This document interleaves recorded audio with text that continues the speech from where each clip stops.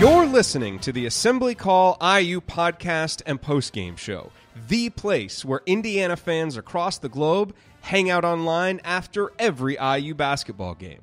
Join us for our live broadcasts on Thursday nights and immediately following every IU game at our website, assemblycall.com.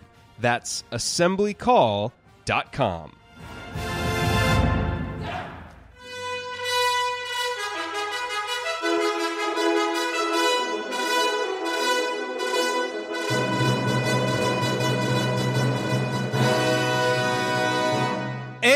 Welcome, Hoosier fans, to another victorious episode of the Assembly Call, as today your Indiana Hoosiers outlast the Louisville Cardinals 68-67 at Simon Skjodt Assembly Hall. In a game that Indiana really didn't play very well in the first half. They faced a 5-point deficit at halftime.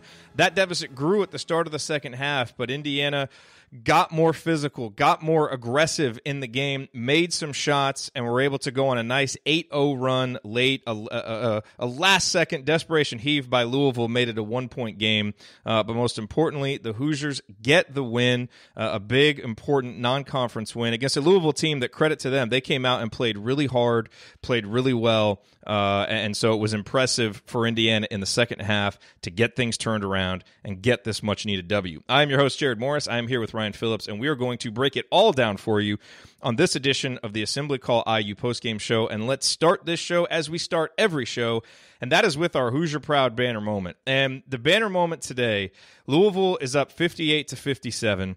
Rob Phinisee drains a three to put Indiana up 60-58. That spurred the 8-0 run by Indiana. The Hoosiers would not trail again. And look, I think it's time we start calling him Big Shot Rob, because I don't know what his percentage is going to be at the end of the season, and sometimes he doesn't make them throughout the flow of the game, but man, it seems like whenever Indiana needs a three-pointer or needs a play at the end of a half or the end of a game, this guy just seems to continue to come up and make them. And that wasn't even his only big three-pointer of the second half. Indiana continued to struggle to get over the hump and get the lead back after they had made comeback after comeback against Louisville. When they finally did it, who made the shot? Big Shot Rob. Knocked down a three when it was 47-46 to give Indiana their first lead of the game. Punctuated that then by getting a couple big rebounds, really playing some nice defense along the baseline to not allow Louisville to get any easy buckets there late. Once again, Rob Phinisee coming up in the clutch, and just another sign that this freshman, mature beyond his years, ready for these big moments, and he, just like he was against Penn State, a huge, huge reason why Indiana was able to get this win today. So the banner moment, Rob Phinisee with another big three-pointer for the Hoosiers. All right, and today's Hoosier Proud banner moment brought to you, as always, by Hoosier Proud and Home Field. At homefieldapparel.com, you will find the comfiest and most unique licensed IU apparel, like the Tri-Blend hoodie that I bought recently, that I've been telling you about, that I love, that I probably wear every other day now. It's getting a little bit ridiculous. And at HoosierProud.com, you will find great State of Indiana themed apparel, as well as our official Assembly Call logo t-shirts. Both brands, Hoosier Proud and Home Field Apparel, were started by an IU grad, and all apparel at both sites is designed and printed out of Indianapolis. And with Christmas on the way, you should consider finding the perfect holiday gift for the IU fan or Indiana resident in your life at homefieldapparel.com and HoosierProud.com. Plus, the state of Indiana's 202nd birthday is coming up on Tuesday, December 11th, so be sure to get ready for Hoosier Proud's big Indiana birthday sale. Can a brother get some coupons? Yes, don't forget to use the promo code ASSEMBLY at checkout today for 15% off your order on either site. That's promo code ASSEMBLY at HoosierProud.com and HomeFieldApparel.com. All right, it is time to move the ball, find the open man, and get some opening thoughts from the rest of our team. It's a two-man show for you today, so let's kick it over to Ryan Phillips. Ryan, what is your rant or your opening thoughts on this Indiana victory?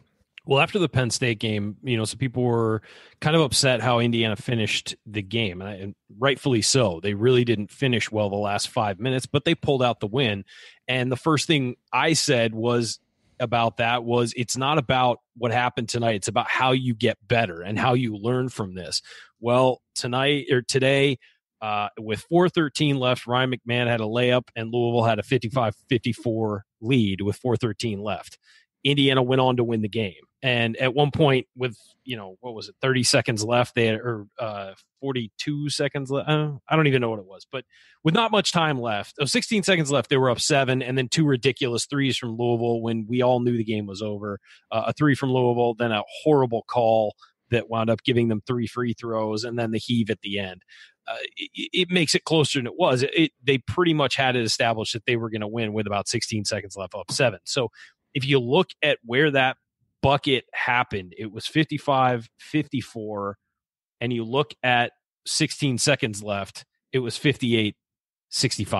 So they outscored them 11-4 or 11-3 over the end of the game. That's huge for Indiana to go out against a game Louisville team who I think is better than Penn State, certainly. Yes, they were playing at home, and that's really the difference.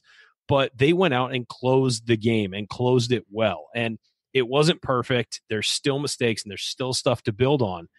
But we came into this 4-game stretch of the 2 Big Ten games, the Louisville game and the Butler game, saying it'd be great to go 3-1. Well, you're 3-0 right now. You're already there. I think everyone was hoping at worst 2-2, and hopefully you win the 2 Big Ten games, then lose Louisville or Butler. But to start off 3-0 in this crucial stretch and have not played your best basketball, so there's still stuff to build on. This team isn't maxing out. They're not peaking. They're not playing like they did against Marquette. They're kind of still figuring it out, but they're able to pull out wins, and I think that's a key component of a team that is, the difference between good teams and okay teams is the good teams find ways to win. And Indiana has sort of started to find ways to win. And that's a huge quality for a team that's going to be in a rough and tumble Big Ten, where I think a lot of teams are going to have losses that before the season you didn't think they'd have. I think somebody's going to lose to Penn State. A top-tier team is going to lose to Penn State. I think a top-tier team is going to lose to whoever, Illinois. I mean, the teams are just so tight this year. I think it's going to be a wide open Big Ten, and I don't think we expected that a few months ago, even a few weeks ago. You want to rant real quick about the Romeo foul call on the 3-pointer? Just real quick rant, because everybody wants to hear it.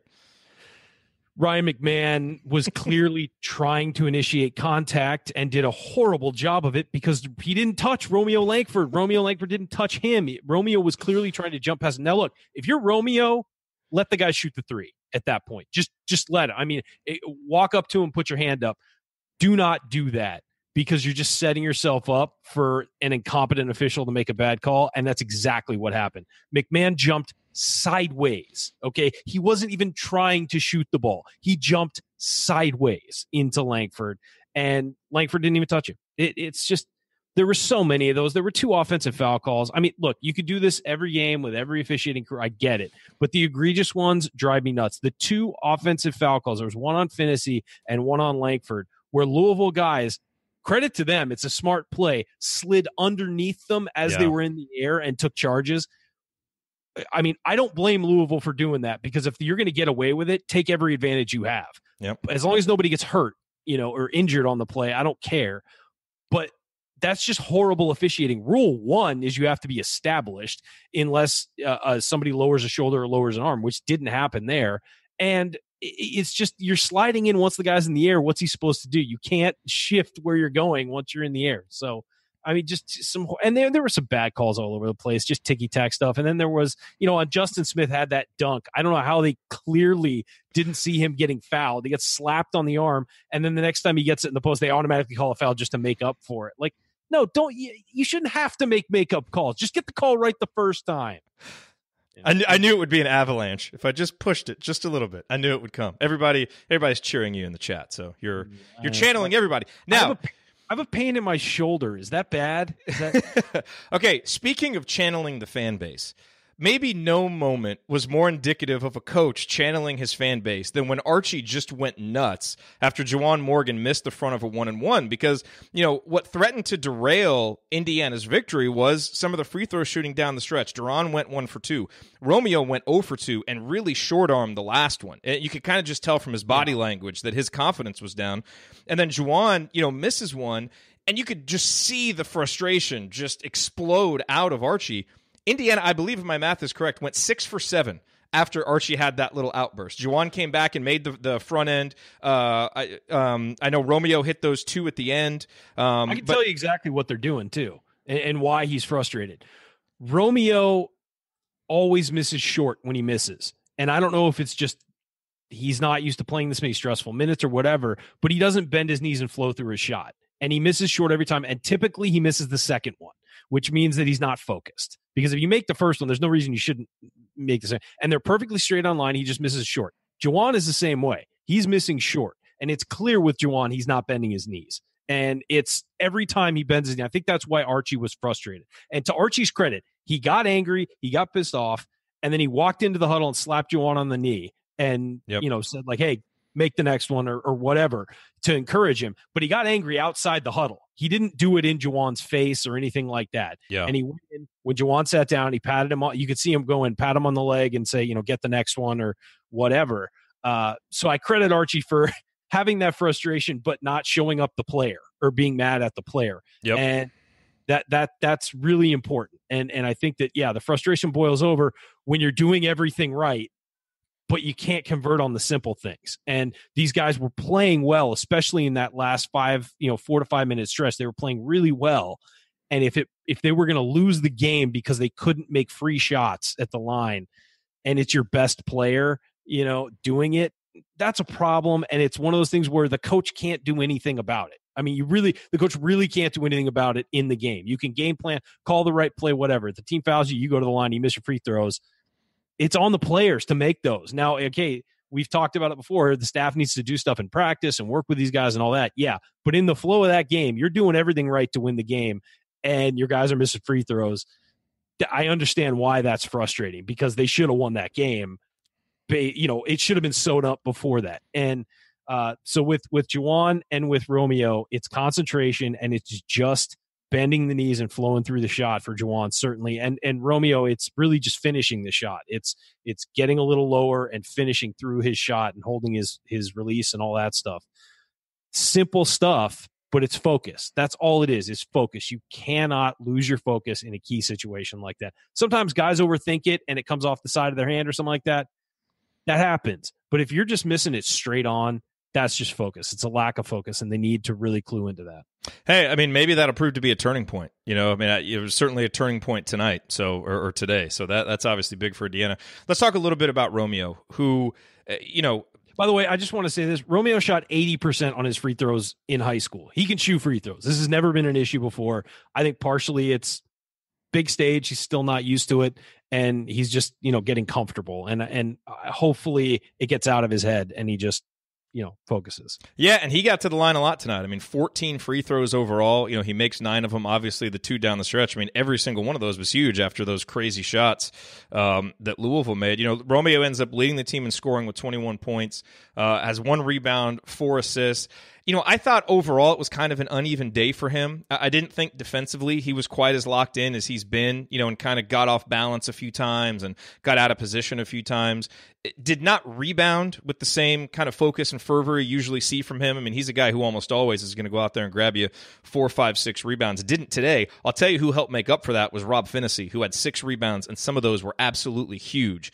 And I thought early in the game, Louisville's physicality before you jump on that, I want to mention a guy who really rebounded well, Justin Smith. We're gonna get to Justin. I know we are. We're gonna get to Justin. We're gonna give Phinisee credit for having some good rebounds. He did. Justin Smith had some huge rebounds. I know we'll circle back to him, but I wanted to get that out early. He almost had a double-double. And Justin, ooh man, he did a great job defensively for the most part, and those rebounds were key, and that made up for Langford not rebounding as well. It did. No, it definitely did, and we will get to Justin.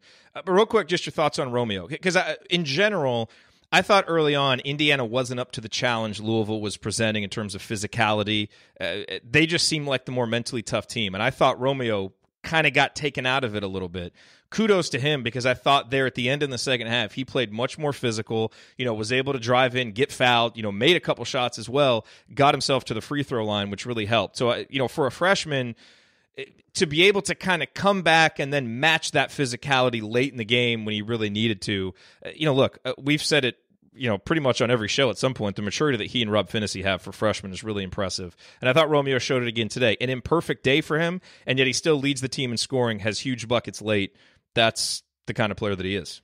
I'll say this. I think the physicality did bother him and knock him off his game a little bit, especially early. And then he started getting some calls that he wasn't getting in the first half when he was driving. And I think that helped sort of settle him in that, okay, if I do this, maybe I won't get the hoop, but I might get to the line. And I know we're saying like, it's kind of a weird day for him. 21 points. He had 4 assists, 3 of which were absolutely huge. 6 of 11 from the field. So he's over 50% from the field, 9 of 14 from the line. But a lot of those, as you said, he made a lot of big ones late. So, and also just 1 turnover. I mean, for having an off day, he was awesome. And what I will say too about Romeo is his maturity, as you said, is off the charts. A perfect example was he had a baseline drive before a timeout. I don't remember how much time was left, but he had a baseline drive. And as he went up, he passed the ball to Juwan Morgan, who hit the shot and got fouled. And 99% of freshmen would force the shot that Romeo had. Yeah. And he saw what was happening. He saw he was getting cut off on the baseline. Rather than go up and try and force it over someone and beg for a call, he saw the best player on his team was right there in the middle, point blank range, got him the ball, and Morgan laid it in. That was a huge play for me because, A, it got Morgan back into the game. Yep. And he got fouled, went to the line, all that. But it also showed that, Romeo it made Louisville have to be aware that when Romeo drives, he can pass it. And so maybe they ease up on the drive a little bit and over helping on the drive because they got to stay with their man. Little subtle things like that, freshmen just don't do. And in general. And he just has such a command of the floor and a command of the game of basketball. And it's really impressive. And another thing that's really impressive is late. If he didn't feel he had something, he passed the ball. He didn't force things. And that's what I've been most impressed with Romeo so far, isn't his scoring ability. We knew about that. It isn't, his ability to lock down occasionally on defense. It isn't his ability to stretch the floor or drive and finish. We knew all of that. What I've been impressed with is his ability to see when he doesn't have things and defer to other people and know that he's eventually going to get the ball back. He's smart enough and cerebral enough to understand the game, which again, for a kid his age, is rare. I know it seems like we're talking about, oh, well, he understands the game of basketball. I'm playing his whole life. No, he sees the floor in a different way. Yeah. He is on another level when it comes to seeing the floor and understanding where you get certain things on the floor and how you get what you need to get. And I just continue to be so impressed with him. Yep. All right, coming up, as we continue our breakdown of Indiana's victory over Louisville, I will point out today's meaningful moment you might have missed. Then we will go inside the numbers to highlight the most important statistical notes from the game. And we're going to have special guest Zach McCrite here with us as well. You're listening to the Assembly Call. Stick with us.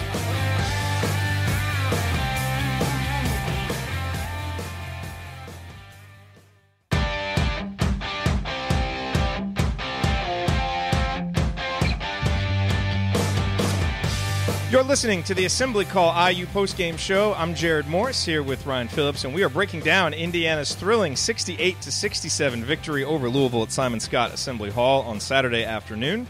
It is time for today's meaningful moment that you might have missed.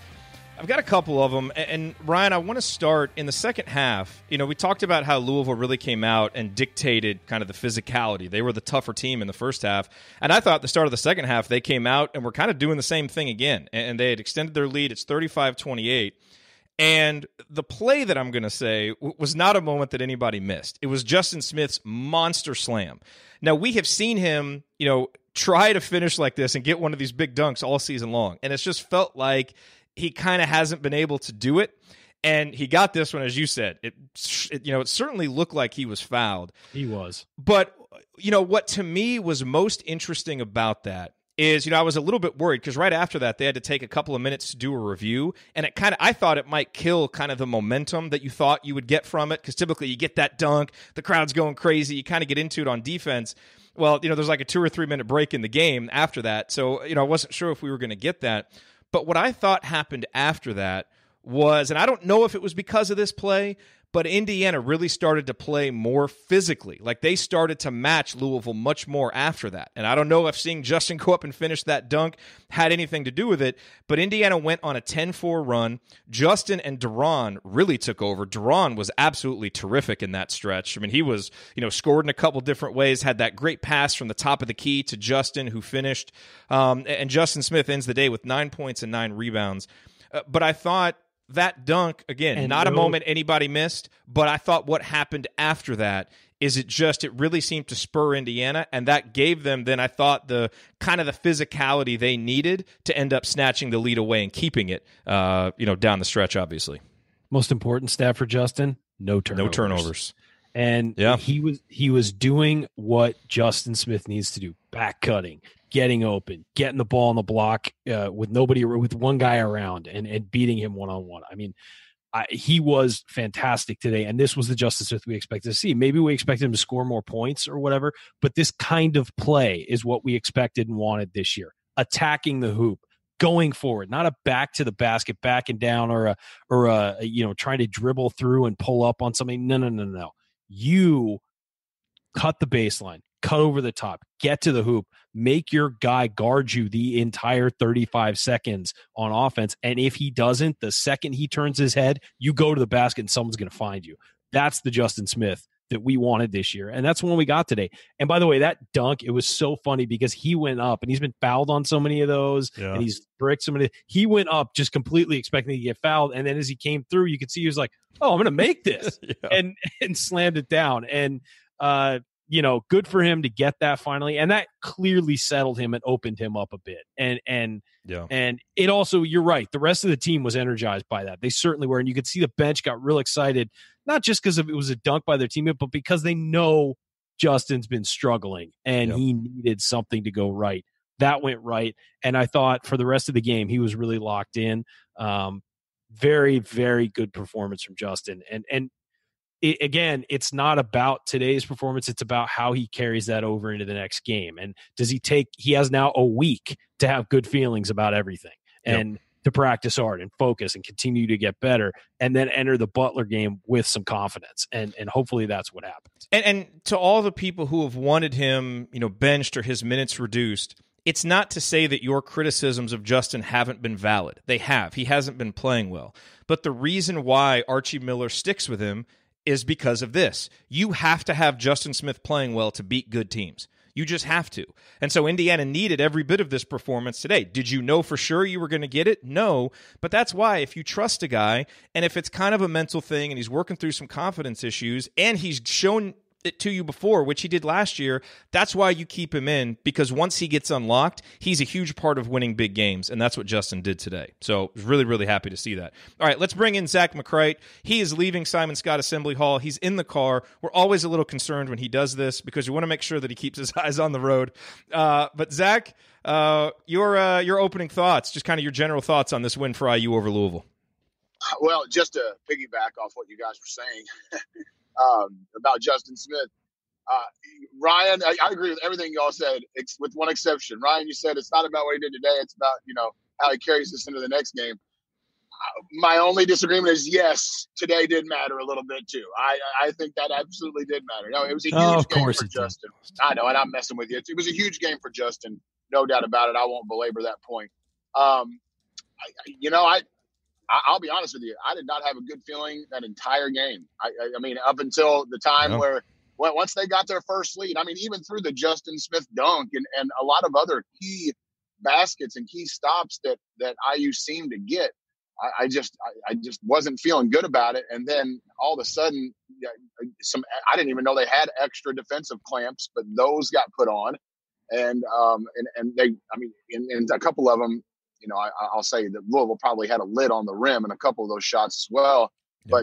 But IU's defense was terrific. They got the baskets that they needed to late. One guy, I jumped in late, so I didn't get to hear your all's first portion of the show. But, Justin Smith's getting a lot of credit today, and it's well-deserved. But I thought one, and I don't know how much you guys have talked about him, who hasn't got a whole lot of pub this year that deserves some, is Durham Davis. Yeah, we hadn't gotten to him yet, and he was huge. I thought Durham Davis was unbelievable today. that was a guy that for the first time this year, I felt like he looked a little bit like his pre-Achilles injury, Deron Davis. Back to the basket, spin move here, spin move there, making very, very talented and more athletic big men that were guarding him look bad. And Deron deserves a ton of credit, especially. Zach. Okay, Zach's kind of breaking up a little bit, so let's take this back over. Yeah, you're breaking up a little bit. You're driving through those Indiana back roads. Sometimes you lose the reception a little bit. Try one more time and see if you got a better connection. I was just going to say on a day that Indiana, for the most part, and I know there were some big threes late, but didn't shoot the outside shot very well, which is beginning to become customary for this team. You had to go down low, and Juwan has had to have been the only guy for a lot of that time. And you get Durham now with his back to the basket making buckets. You get Justin Smith actually making cuts and moving without the basketball and getting buckets in the paint. Romeo doing his thing, getting to the paint. A lot of paint buckets there, and it's from guys that you didn't necessarily get them from for most of the year. So, I mean, obviously, just a huge win, and I think Duran and Justin deserve a lot of credit for that. By the way, the chat mob is just on fire right now with some of these comments. Oh, gosh. It's cracking me up. It's all about Jerod's attire. Don't worry. Yeah, they're over being worried about you driving. They've now moved on to my hair and sweater. Yeah, they don't care about me driving at all. I hope they enjoy the beanie though. What's up with that? Yeah, it's a great beanie. Okay, so really great point. Let me say something about Duran real quick. I want to piggyback on Duran real quick since we're there. One of my favorite moments of the game was not his offense, not his defense, whatever. It was when Romeo Langford got hammered to the floor. I forget who it was. It was on a follow through up, and it was incidental. I totally, I'm the first to jump on somebody for that. It was incidental. Malik Williams. It was way after a foul call. Yeah, but he was going for the ball, and it was a follow through, and he's a big guy, and he kind of stumbled and knocked Romeo down. They showed the replay. It was absolutely incidental. Yeah. But Deron Davis, as soon as Romeo got up, and Williams, offered to help Romeo up and everything is fine. But Deron Davis turned to him, and as they're about to inbound the ball, you can see he's looking him in the eye and talking to him. He's saying, stay off of him. Leave him alone. Watch where you're going. That's my boy. And that was the moment of the game for Deron Davis for me. He's a big dude. He's an enforcer. He's not the guy you want to mess with. I don't care who you are. Especially because he's a little heavier right now because he's still working his way back into game shape. He can put a little oomph behind some of those punches if he needs them. But I just when he just looked that guy, and he didn't go after him. He didn't get mouthed him too much. He just looked him in the eye and said, "Yeah, knock it off." And that was enough. And that the kind of leadership is the leadership you need. It doesn't have to be rah-rah speeches in the locker room. Yep. It doesn't have to be all that stuff. You can get that from your coach. But protecting your teammates, that's the kind of stuff you need. That's the kind of leadership you need. You need guys to get everybody together on the floor and, talk about a play and run your offense and all that stuff. But the talking to another player and saying, hey, you go after him again and you're going to regret it. That's leadership, and that's real leadership. And it was great to see Deron Davis do that today and protect his freshman. He is such an important part of this team, and he was so important in that stretch in the second half. And there's another stretch that I want to discuss, and Deron will come back to Deron in this conversation. But in the first half, Indiana's down 27-19, and they had played without Juwan for a little while. Romeo was kind of the main offensive guy out there, and they really struggled to get anything going when Juwan was off the floor. So Juwan comes in, and he really settled things down. He had that great pass where he found Rob Phinisee on the wing for a three. That made it 27-22. Then he stole an inbounds pass. Then he got it on the wing, drove in and scored to make it 27-24. It was a really big stretch in the game because when it was 27-19, it kind of, and Louisville was really dominating the first half. It felt like they may push the lead out even more, and that settled things down. And what became really clear in this game, if we didn't know it already, and I think we kind of did, but this team is so much more settled offensively when they are running their offense through Juwan and Deron in the post. Even if it's working inside out. Yeah, period. Look, even if it's a crazy offensive possession and they throw it to Deron 18 feet from the basket and he just starts backing his man down, sometimes that's enough to get them going. It's like everybody falls into place when they have that. And so I think, you've seen some times when Romeo's been the main offensive guy out there without Juwan or Deron, they really struggle to get things going. And, and look, I thought, Juwan early in the game, I didn't think he was very good defensively, but I think part of it was you could see he was making a concerted effort to not foul. He didn't go after a few offensive rebounds. He didn't step up to help on defense because he was not going to foul. And that allowed him to play more aggressively late. So I thought that was important. But I really thought today it was so clear in a big game against a good team, this team was so much more comfortable offensively when they ran the offense through those two guys. And they're both so skilled on the block. I mean, they're two of the most efficient post players in the country, but they're also great passers. And that's what makes it so effective is they can do that. And it's not just we better hope they score. It's guys know if they move and find the open spot, Duran and Juwan will find them. And that's what makes those two guys such unique players. Yeah, Zach. Jerod, I just wanted to say, just to piggyback off that, we talked a little bit on Podcast on the Brink this week, you and I and Alex Bozich, about what I thought, and you guys are the ones that brought it up, what I thought was a huge key to Indiana's ability to win this game, and it was the ability to keep Louisville off the free throw line. Yep. And I got to the point watching some of that in the first half where I thought maybe Archie was thinking somewhere on the same wavelength to the point where, hey, listen, all of you, not just Juwan, although his were the most purposeful looking, where he just decided I'm not going to foul, but where it almost like he told the team, like, do anything you can to never, ever, ever foul. And if this team goes to the bucket on us and gets a bucket, we'll surrender. I really thought that was something that Indiana purposefully tried to do. I'd love to hear if that's really the case or if they just played really, really good defense most of the game. It could be a combination of both, but I thought that was super key. You kept a Louisville team. I don't have a box score for me, but I'll tell you the numbers. You kept them way off the line. Yeah, well, here's the important stat. They entered the game. Their free throw rate was 50% plus. Right? So they took 60 field goals. Based on their season average, you would have expected them to shoot 30-plus free throws in this game. They shot 13. So that shows you that has been their biggest strength coming in. Now, granted, they made up some of it at the three-point line. They shot 32 threes and made 11 of them, but not allowing them to score from the free throw line, which has been their bread and butter this year. As we said, that was just going to make them maybe a little less comfortable, and I thought in the second half it definitely did. I mean, they had to make threes, and to their credit, they did. But take McMahon's last 3 free throws off the board anyway. Those don't even count. That's true. I mean, he didn't even touch him. But what I'll also say is I think one of the biggest stats of the game is on Juwan Morgan's stat line, and that's 0 personal fouls, and that's huge. It's fine if he gets 3 in a game. The thing is, he didn't get 2 in the first 5 minutes. And that was what was different. You're right. I'd rather have him give up a bucket early, especially early. Yes, if it means he can play aggressively late, I really would. If just go straight up, make him shoot over you, but do not jump into a guy. Do not try and block a shot that early. Hold your, and then because if you get that first one, as we've seen with Juwan, he's a magnet for a bad call on a second one, and so just avoid fouls early as much as you can. And I'm not saying don't play defense, but make yourself big and make a guy shoot over you and just stand there. Don't jump into it, because if you do, that's going to be a problem. I want to go back to what you were talking about with Duran and Morgan being the center of the offense in the post, and how great Indiana looks when that's going on. The thing about that too, the more you establish Duran specifically, because Morgan's likely going to draw the best defender on the team. Morgan and Romeo are going to draw the best too. So they can probably not double Morgan as much. They might show a double and back off. But if you get Deron Davis going, they're going to have to double him with somebody, and that's going to leave shooters open.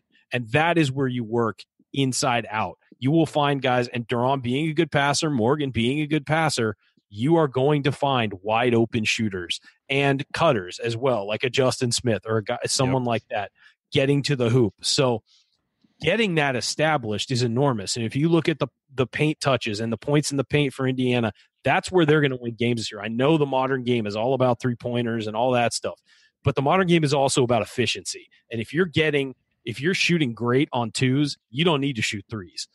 You may need to hit a few to spread the floor, but the first thing you've got to do is establish that inside game, especially when you have the roster that Indiana has. Yep.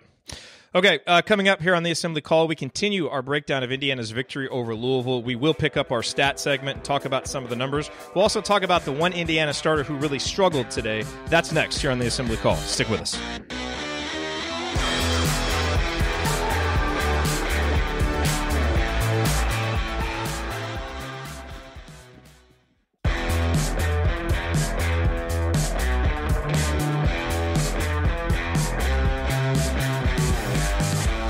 You're listening to the Assembly Call IU postgame show. Catch us live immediately following every IU basketball game, plus every Thursday night and Monday afternoon at our website, assemblycall.com. And while you're there, make sure that you sign up for our free IU Hoops email newsletter. Over 6,000 fellow IU fans are subscribed.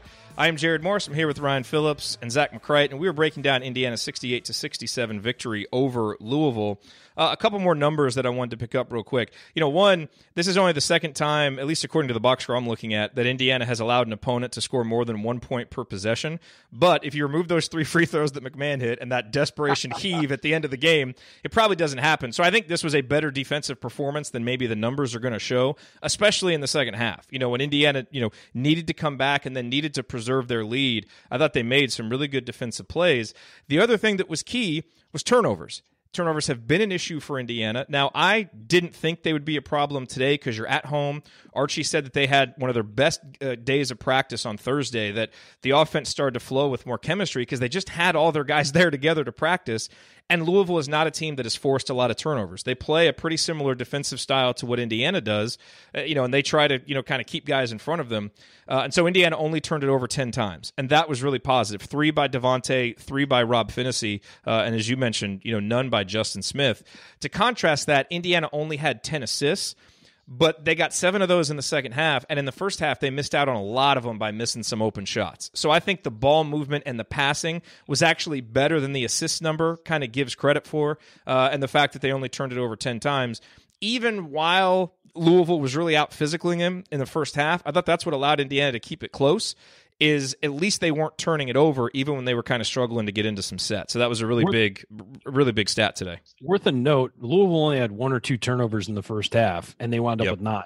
So Indiana was turning them over in the second half as well. And the number that really stood out to me when I looked at this box score was Louisville shot 38.3% from the field. Indiana held them below. And I know points per possession, there's something that matters, and this was a low possession game for the most part. But their effective field goal percentage was probably higher because they took a lot of threes. And they hit 11 of 32, which was 34%. But still, you're holding a team to 38.3% from the field, 34.4% from three-point range, and they only get to the line 13 times. You're going to win that game. I mean, it was closer than it needed to be and everything. Indiana, to contrast that, shot 49% from the field. They were only 4 of 14 from 3, but they hit some big ones when they needed to. Rob Phinisee basically hit all of them. He was 3 of 5. Awesome. But yeah, to shoot 49% from the field, you're going to win that game when you hold the other team. And so those were the 2 numbers that stood out to me. Was Indiana was being efficient offensively. Yep. By the way, the one thing I wanted to add to that was, and I don't have a number to back this up, obviously, but I felt like, at least in my own head, that this was one of the few IU games this year where I found myself not saying that was a bad shot on Indiana's end very much. There weren't very many of them. There were a couple, but I know, and Ryan, you alluded to it, that Indiana missed a lot of open looks in the first half, and I can remember thinking at one time, we'll take that shot. We'll take more than once. We'll take that shot. We'll take that shot. Gosh, I wish they would make them, for crying out loud. All of Al Durham's threes, and we'll get to him, but all of those were good shots. He just missed them. That's right. And then I thought Rob and Romeo rushed a couple threes, like maybe 3 total. But other than that, I thought they pretty much took good shots, and a couple of them where they drove in and just had bad shots. They were clearly trying to draw a foul, and they just didn't get it. And then the shot was Romeo had one where he drove in and kind of almost lost the ball. It barely hit the backboard. He was clearly trying to draw a foul on that drive. And, sometimes you do that. And it's not the most effective way to run offense, but it does happen. When a guy's hounding you, you drive into him and pull up to take a shot or get the ball up, and you try it and make it to the line. And, so you force some things, but I'd love to see what the shooting percentage was in the second half. I haven't seen that number. For who? I would, for Indiana. Oh, Indiana shot 54.2% in the second half. They were much better offensively in the second half. I think that was, as you said, once they kind of got into the physicality of the game and kind of settled in, they really improved offensively. And they gave it to their stars. They gave it to Romeo. They gave it to Durham Davis. They gave it to Juwan Morgan, and they let them go to work. And that's also in the first half. There was a lot of throwing it into the post, letting a guy back him down. There was a lot of one-on-one play. That's going to bring assists down. And so there were times in the second half where they moved the ball and didn't get a shot, but they still moved the ball really well. And so moving the ball, not turning the ball over is going to lead to good things offensively. And credit to Romeo, he had 3 of Indiana's 7 assists in the second half, and I thought we saw him. He hasn't had as many assists lately, and I think he's had more than we saw in the first few games of the season. Tunnel vision on scoring, when he gets that opportunity. I thought he was really looking to pass a little bit more in the second half as kind of an adjustment that he made to the way they were playing him in the first half, and that was nice to see. And guys finish the plays. One guy that I want to talk about is Al Durham, because he really played well in some recent games, but I think we're noticing a trend with Al. He has no points today, has no assists, has no rebounds, really struggled to impact the game. And when you look at probably the 2 worst performances that he's had, it was the Arkansas game when he had 5 turnovers, and it was the first half of the Duke game when he just really didn't look like he belonged on that court. Now, he padded his stats in the second half when the defensive pressure was a little bit less, but really struggled in the first half. And I thought we saw it again today. And I think Al right now is a very solid player in a lot of matchups. As I said, he's played well recently. But when you get against a team that is more athletic and physical, which is what Arkansas was and which is what Duke was in the first half, he really struggles to get comfortable in the game. And I think part of the reason why he missed some of those shots was just rushing them a little bit, not quite being as comfortable. And he's not really able to impact the game as much when the other team is, kind of just as long as he is and maybe even more athletic than he is. So, look, he's a sophomore who's still growing, and I think he's a very important player on this team, deserved to start today, but that's something to watch moving forward, that matchups like these just really don't seem to fit him very well at where he is in this stage of his development right now. Yeah, and I think this is something he just has to get used to, because he's probably hasn't faced too many teams that can match his length and athleticism, and he faced that today. And I think that what would have been good is if one of those threes falls, maybe he gets some confidence on both ends, and he just kind of gets locked into the flow of the game, almost like that Justin Smith dunk. It just kind of just locked him into tunnel vision on the game. And when you're missing shots, you missed 3 of them, and 2 of them were very good looks. One was a decent look, it wasn't a bad look, but 2 of them were very good in rhythm shots. And you're right, he rushed them, and they didn't look great coming out of his hand. And that's not what Al's been earlier this year. He's been arguably our most reliable shooter. So it just got him out of the flow, I think. And he just wasn't as locked in as he usually is, particularly on the defensive end. I didn't think he played poorly defensively. I just didn't think he had his typical, just the way he locks guys down. He was getting beat more often on drives, Yeah, and that just doesn't happen. And also he's long enough that he can recover and make a play on the ball, and he just wasn't doing that either. So I just think he was a little bit out of his head, and that can happen for any number of reasons. He might have not been able to sleep well last night. Like, we don't, he's a college. But I think there is a trend on the types of teams that give him an issue right now. Absolutely. And he'll get better at that, but it's just something to watch out for. Absolutely. I'm just saying that, it is one game in the context of a larger season where he's been playing pretty well. Yeah. And so you're right. The matchup could be causing it. So it's something to keep an eye on moving forward. But I don't think it's, as you said, I don't think it's a trend that we need to worry about, moving to the next couple games. I think it's something you need to look for when those matchups do kind of play out that way. By the way, thanks to Zach for stopping by. He had to leave. He's calling a game today, so he only had a few short minutes to join us, but we always appreciate him being here. And here's the thing about Al. He deserves to start, and he's going to continue to start, because the other 2 guys who would start really, I think, struggled to impact the game today. So Indiana did get good play from Durham, huge play. They wouldn't have won without him. Devontae and Zach still seem to be struggling to find their rhythm. Devontae offensively, had 3 turnovers. Some of them were not good. Really seems to be, he really seems caught with indecision more often than usual on when to shoot, when to pass. And sometimes that little hesitation helps him make a play, but that's usually when it's strategic. Right now, it feels like the hesitation is more indecision. Like, he just seems a little bit out of rhythm. And Zach McRoberts, in between at all times. That's what I mean. Yeah, in between 2 minds. Yeah. Yes, and it's the sort of lock in. Really, I've been saying that a lot today, but it's it's a focus thing. And again, he and Zach, and I know you're going to talk about Zach next, but he and Zach are still working their way back, so they're not where they're going to be. But you'd hope that by the Butler game and maybe the next 2 games, they start to really feel a rhythm. Yeah, and look, the thing with Zach is, I thought he was solid on defense today, but I also thought uncharacteristically he made some mistakes. Like when they had that backdoor play by McMahon, he just got ran around a screen. And the thing with Zach is he can't just be solid on defense. He has to be spectacular on defense because he doesn't bring a lot offensively. Now, a couple nice hustle plays. I thought he had a couple of tough rebounds during a stretch when Indiana wasn't rebounding well, and that was good.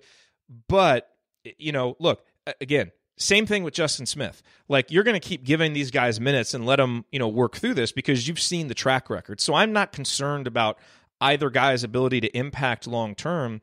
But I do think right now, if I were the coach, I'd be pretty well set on who my starters are. And even Al's performance today wouldn't make me, question starting him against Butler because you've got to, Devontae and Zach now, give them, 15, 16, 17 minutes like he did today and wait for them to show that they're ready for more. But right now they're both and this was a tough game flow to get into a rhythm if you weren't already into a rhythm because of how it went. But, obviously both guys left a little bit to be desired. And we just have, just like Justin Smith broke out today, you just wait for those guys to kind of get back, get their confidence. Devontae to get in rhythm offensively, Zach to get more in rhythm defensively. I will say I know somebody's going to ask, but Race Thompson was, since we're talking about the guys who were coming back from injury, Race Thompson was not with the team today. Yep. I assume they just didn't want him in the arena with the noise and the lights because if you have a concussion, that can trigger it and give you headaches and stuff. I had a friend who played high school football and he could not play in night games because of a concussion, or he couldn't be on the sideline during night games because of the lights in the stadium. So yep. Clearly this was a serious situation with this concussion and they are handling it, I think, appropriately with Race Thompson. So hopefully we hear positive news over the next couple of weeks, but it doesn't appear he's close to returning, which is the way it should be. If this is a bad concussion, they should not force this back. And as Michael says, and I think he's right here in the chat, everyone plays harder when they play with Zach. And that is true. And that is why you're going to continue to give him minutes. He does still set a tone. Even if he's struggling a little bit, he's still going to help you set that defensive tone. So again, these comments are more, there's definitely another level for those guys to get to, but they deserve the minutes that they're getting and they should continue getting them. One guy that we talked about him at the start, we should probably circle back to him, is Rob Phinisee. 10 points. He's 3 of 9 on field goals, but all 3 of them were threes. All 3 of them were huge threes. He tried a couple times to drive in. Their length was just too much for him. Well, he also got screwed on the offensive foul because it wasn't an offensive foul. That was ridiculous. But he drove in a couple times and got his shot blocked from behind just because they had guys who were so much bigger than him. And, that stuff he'll learn. He clearly didn't see it coming, the block either. And you got to protect the ball. But, a couple other things I was really impressed with. We mentioned the rebounds. I also thought late in the game, when Louisville was going to try and just get an easy 2, his defense to force the guy to the baseline and not allow him to score, but also without fouling, was really, really impressive. So that stuff was nice. He had no assists. I felt like he could have had a few if guys had made shots, but I didn't necessarily get the feeling that he wasn't directing the offense well, kind of when he was in there. He just didn't get the assist. So, it's one of those games from Rob, I suppose, in certain ways where you see, the no assists and he's missing some shots, but man, he just continued to come up big in the big moments, which was obviously nice to see. Juwan Morgan, we talked about him, 15 points, 5 rebounds, 2 assists. Again, I feel like the rebound numbers were a little bit muted because early he wasn't really attacking him. And I actually thought with Juwan throughout the whole first half, he was making more mistakes defensively than we usually see. Some of it was just... He was in an odd matchup. Well, he was, but I also think... the thing that I think that'll be important for Juwan, because he can't foul, right? We talked about this. Yeah. But I think what he'll have to find is maybe a bit more of a happy medium between laying back and being smart and not being aggressive in moments when he shouldn't be, but then knowing when he does need to be aggressive. And I thought he struggled to kind of find that balance in the first half. Now, in the second half, he was better. But just, some of the ways that he defended ball screens and did some other things, it wasn't like him in the first half. He's usually much more solid than that. So, a nitpick because I thought overall he had a really good game. But any other kind of individual performances stand out to you that we haven't hit yet? No, I think we pretty much hit them. I mean, we really have kind of thrown in stuff on pretty much everybody. Except for Fitzner. San Diego guy. He didn't do much. How many minutes did he play? It hasn't loaded. He only played 2. Did nothing. It wasn't a good matchup. No, that's what I was going to say. It was not a good matchup for him, and so I don't question that at all. It wasn't a good matchup for Clifton Moore either. For anybody who is wondering why he didn't play, this is not. Yeah. That's not the game that you're going to throw Clifton. And also, when IU gets behind 7-8 early or whatever it was, you're not going to start unloading the deeper guys on your bench. You're going to shorten your bench and go with your better guy. You're going to go heavy rotation with these guys.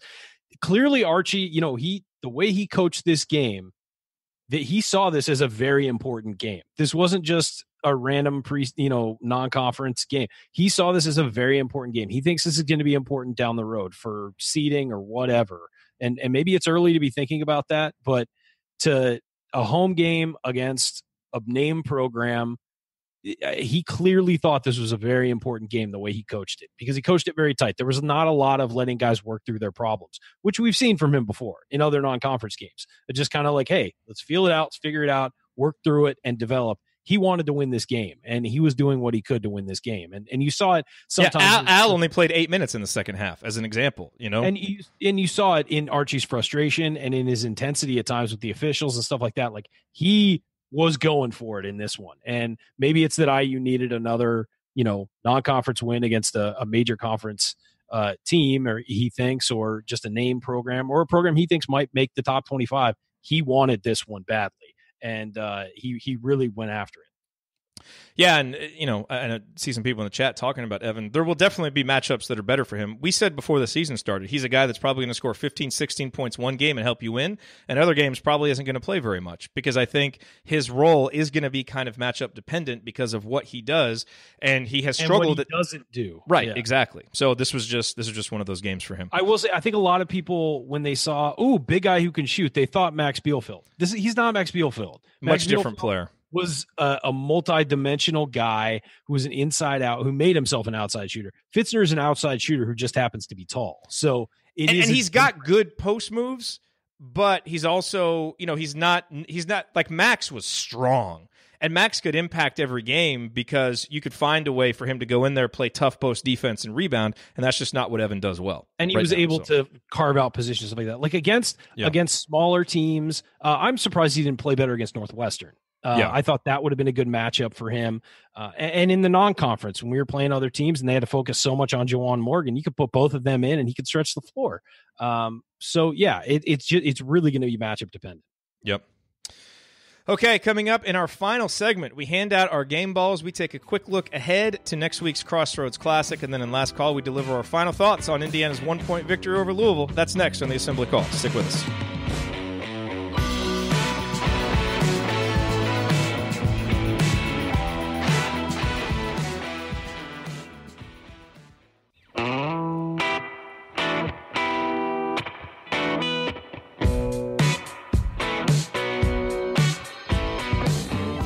You're listening to the Assembly Call IU postgame show. I'm Jerod Morris here with Ryan Phillips, and we are wrapping up our breakdown of Indiana's important 1-point victory over Louisville today at Simon Scott Assembly Hall. It is that point in the show now, Ryan, where we hand out our game balls. Just to kind of recap that, through 9 games so far, Romeo has won 4, Juwan has won 3, Durham and Rob Phinisee each have 1 game ball. Who are you giving yours to? You go first. I'm still deciding. Man, I'm still deciding. Look, there's a lot of options in this one. I think, obviously you look at what Romeo's contributions were and leading the team in scoring. You could certainly go with him. Rob Phinisee is a clear candidate for the big shots that he made. I'm giving my game ball to Justin Smith. And look, is part of this grading on a little bit of kind of a curve because of how he'd been playing recently? Perhaps. But I also think that his contributions today were more important than the box score numbers. 9 point, like he led Indiana in rebounding with 9 in a game where no one else really rebounded early in the game. That was important. But the 9 points, the 2 assists, having no turnovers was really big. And again, I just felt like he had some really big momentum plays, especially early in the second half, that guys fed off of. And look, Indiana doesn't win this game without Romeo. They don't win it without Juwan. They don't win it without Rob. They don't win it without Durham. But Justin kind of returning to form, and I thought being one of Indiana's most solid defensive players on the day, to me, his impact was bigger than what you see in the box score. And so Justin gets my game ball today. My game ball is going to, look, if you're talking about who's the best player on the floor, it's a toss-up between Morgan and Langford, and that's the way it's going to be pretty much every game this year. But my game ball, the guy who I thought was indispensable and made some big plays, is Deron Davis. 8 points, 3 rebounds, 1 assist, 1 steal, only 1 turnover, but he made some big free throws late. He I thought when he was on the floor, Indiana was in command. And there was just a guy on the floor you didn't mess with. And that little talking to he gave Williams, Louisville's defender, that stood out to me, man. That was big. And, the don't mess with my teammate look was just so important for this team at this point of the season. If that happens in February, you're like, yeah, well, of course. But it's early in the season, and he's establishing territory and ground rules about his freshmen and protecting his freshmen. And I think that's a big deal. And it's something that'll allow Romeo to know, hey, nobody's going to mess with me. I can attack a little more. So I give mine to Jerod Davis. You could give it to Langford. You could give it to Morgan. They both played great. And I also, we forgot to mention Langford's pass on that slip to Morgan. Beautiful. Late. Beautiful. And he made so many great plays. But I got to give it to Durham because, and again, it's grading on a little bit of a curve. But if you're looking at a guy who came in and changed the game, I think it was Durham. He was great in the post. He made 3 just fantastic post moves, a 4th that rimmed out, and he made some big free throws. So I'm going with Jerod Davis. I thought that was an excellent performance from him, and also the way he just sort of established a tone with, staring down a guy and telling him not to mess with his buddy. This is easily the most kind of controversial game ball selection. This is the toughest one to pick. The chat is almost totally split. Like usually I can kind of get a consensus. We've got votes for Romeo, for Rob, for Justin, for Durham. There's some people saying, whoa, you can't give it to Justin. There's other people saying he's the clear answer. So I don't know. So I need someone from the chat to please tally up the votes so that we can kind of do the official one for our contest, because glancing at it right now, I have no idea. But the chat mob always breaks the tie when we're split. So chat mob, I'm going to need you guys to kind of figure that out, because this is a close one. If we can't figure it out in the chat mob, we'll have to have Andy Bottoms break the tie. So we will, and nobody wants that. We will. We may have to have him. I agree with your pick of Justin. I think he set the tone. I think that his ability to rebound was huge, and his ability on the defensive end was huge. It was him or Durham for me. And I realized Langford's amazing and Juwan Morgan's amazing, but they're always going to be amazing. It's the other guys that step up that are going to help this team win. And when they have good games, not phenomenal, amazing, great games, it's so important for those other guys to step up. And today I thought Davis and Smith were the guys who stepped up. And I thought I just think Durham set a tone. And he was just not going to be bullied, not going to be pushed around. And he didn't take any garbage when he was on defense either. And he may not have racked up a ton of stats and blocks or whatever, but he was just there, and he was a rock back there. So I had to go with Durham. You know what's interesting, and now as I look in the chat mob, Durham probably is winning this because most of them are coming in from him. What's really interesting about these picks is, again, those aren't the guys that jump off from the stat sheet. But what was Indiana's biggest issue in the first half? It was that they didn't match the physicality and the energy of Louisville. Who were the 2 guys in the second half that set the tone and played that way the entire time they were on the court? It was Durham and Justin. And so I think, that's why I think their play stood out to us, even though the numbers may not be as huge as what Romeo and Juwan brought. They rose to the occasion. That's the thing, is that they were challenged. That whole team was challenged, and who's going to step up? And they sort of elevated their games to match the atmosphere and the the intensity and all that stuff. And there's really Justin took a couple, I'll say, interesting shots, but yeah. But I would say that he didn't stand out for making any bad plays, And Durham, I can't think of bad plays he made, and it's and in a game that's this close, it's sometimes the plays you don't make that are the most important, the things you don't do that are the most important, even over the scoring and all that other stuff. It's just being solid and smart and getting it done. And so that's why I think they rose to the top of ours. I mean, and of course you are grading a bit on a curve, of course, but the way I looked at it is, if they were missing one of these guys, would they have won the game? And I don't think if they were missing Smith or Jerod Davis, they win that game. Good point from Joel. He'll break the tie. Game ball to Archie. And we can't give it to coaches, but Archie would have been my pick. It was. That's 2 really good coaches going at it. And what I thought again was impressive is the ability for Indiana to turn it around, and the mistakes and what was really hurting them in the first half, they got better in the second half, and they were poised down the stretch for the most part. The fact that Louisville made that comeback was a lot more about kind of hitting some lucky shots and a bad call. But, it's like at the free throw line. His team needed a spark. Archie kind of provided it. And then they go 6 for 7 down the stretch when every single one of those free throws was important. So obviously, Archie's solid job at the helm was kind of an undercurrent of everything that we talked about today.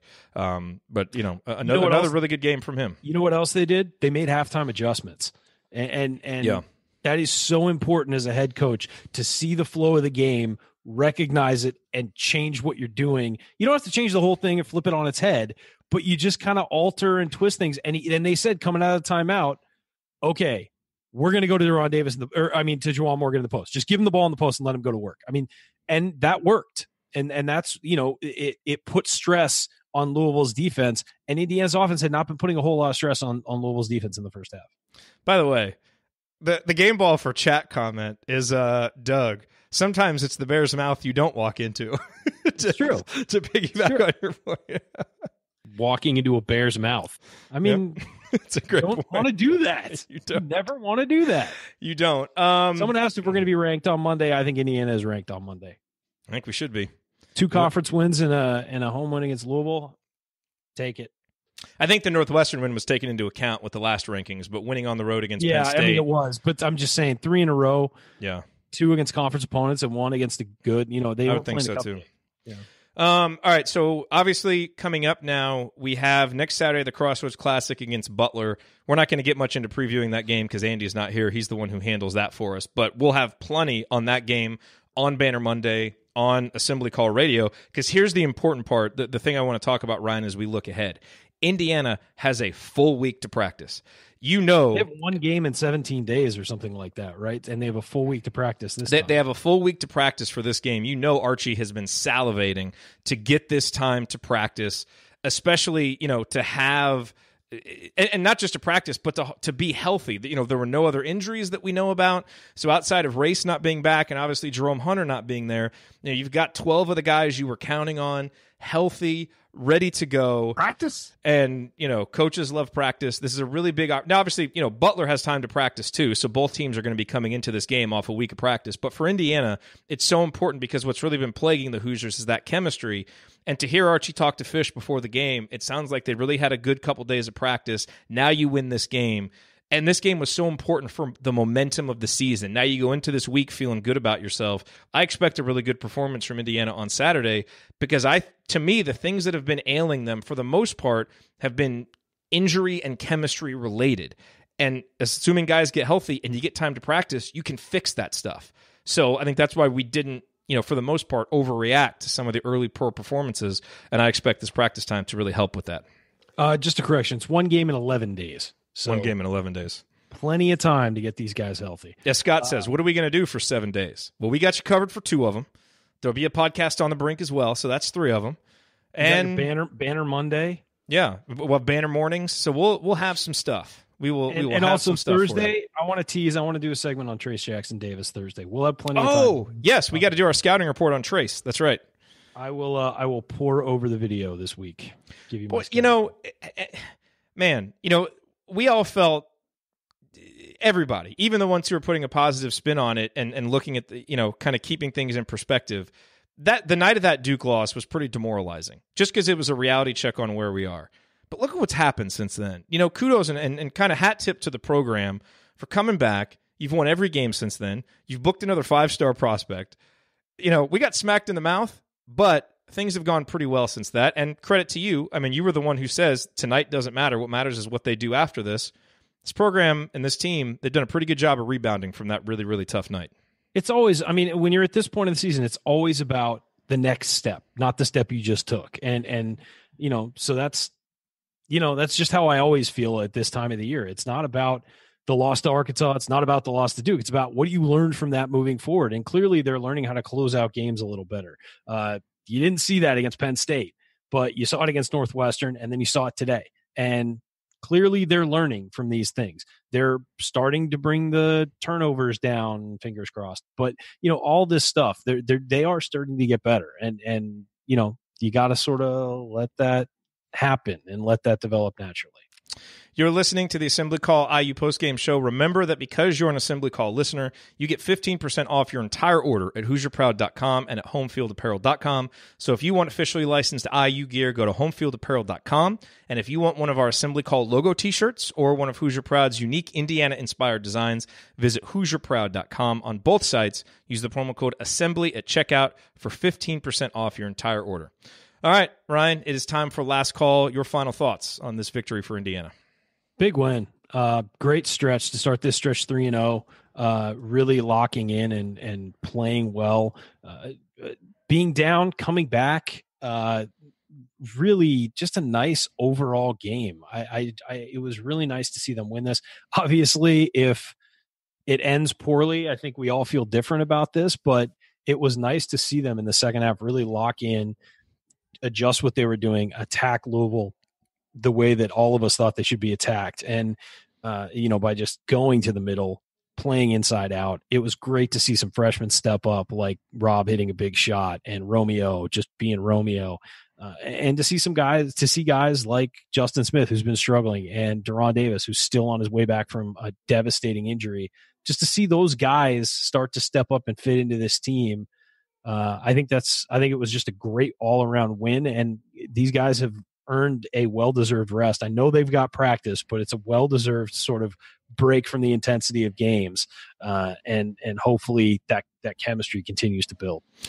I think one of the reasons people were so disappointed after the Duke game is, we all want Indiana to be quote unquote back like yesterday, right? We want to be competing for a Big Ten title. We want to be in the top 10. We want to be talking about Final Fours, all of that. And the Duke loss was kind of a reality check that we're not on that level yet. But that was always kind of an unrealistic expectation. What we want is growth, and what we want is stability for a program that has been so up and down. And so, you look at what Indiana has done already this season. Ryan, do you know how many top 50 wins we had all of last year? Top 50 Ken Palm wins. We had 3 of them. Okay. Notre Dame, Maryland, Penn State. You know how many top 50? About Penn State. Yeah. You know how many top 50 Ken Palm wins we have already this season? Do we have 4 now? 4. We beat Marquette, we beat Northwestern, we beat Penn State, and we beat Louisville. Yes, 3 of those have come at home. That's fine. Those are all solid teams. Another one came on the road. So, is this Indiana program under Archie Miller ready to compete with maybe a top 5 or a top 10 team yet? Perhaps not. But the next step for the Indiana basketball program was to get back into being a top 25 program and to being just one of the better programs in the country. And to do that, that means you got to beat those teams that are in the 30s, that are in the 40s. And, we're a tip in and a bad call away from beating Arkansas and having 5 of them, with 2 of them coming on the road. So, I know that there has been some naysaying. There's been some frustration. People have been upset with the turnovers and, some lackadaisical play here and there. But, man, if you can't recognize the progress that the program has made under Archie Miller already, not even a full year and a half into his tenure, I don't know what to tell you. This team has an identity, and this team, when the chips get down like they were today, they rally together, they make plays, they play with poise, and they come back and they're winning these games now. So I think this 3-game stretch that we've seen right now, it's been a lot of close wins, but these are good teams that we're beating. That's what I want to underscore with my points here, is these are all top 50 wins. These are important confidence-building wins for a team that is, still playing imperfectly, still struggling with chemistry. And to be able to find a way to win these games anyway, that's a great sign, because the chemistry is going to come as this team gets healthier and has more practice time together. And that means that the play is already going to get better, and it's going to be moving up from a spot that's already pretty good, even if we've been a little bit too reluctant to maybe recognize it this season because we've wanted everything to come a little bit faster than it has. But great job by the guys, great job by the team, great job by Archie Miller to get this win, a huge 3-game winning streak. And we look forward now, obviously, to seeing what they do on Saturday against Butler, see if they can run this winning streak to 4. All right, that will do it for us on this edition of the Assembly Call IU postgame show. If you want to see us do the show live and be part of the live chat, make sure that you subscribe to our YouTube channel, youtube.com/assemblycall. You can also subscribe to our podcast by searching for Assembly Call wherever you listen to podcasts. And don't forget to go to assemblycall.com or text IU to 66866 to join our free email newsletter. Thank you for listening. We'll be back to talk IU hoops again with you on Monday afternoon and Thursday night. Until then, keep your elbows in and your eyes on the rim, and go Hoosiers. Thank everybody for coming out. All right, I got to get out of here, folks. Thank you. thank you for being here and for listening to this episode of the Assembly Call. We appreciate it. And we really do rely on the support of audience members like you to keep our show going and to keep growing. And so we have set up a page on our website at assemblycall.com/support that lists 5 ways that you can support the Assembly Call. And we encourage you to choose whichever method is the easiest and most convenient for you. One of the methods is donating, and so many of you have donated, and we appreciate it so much. On that page, you can choose a monthly recurring donation or an annual recurring donation or just a one-time donation, whatever works for you. And if you don't want to donate, another way to support the show is you can use our affiliate URLs, iutickets.shop or iustore.shop when you're going to shop for tickets or gear, and we will get paid a small commission when you use those links. But however you support the show, we appreciate it. Thank you.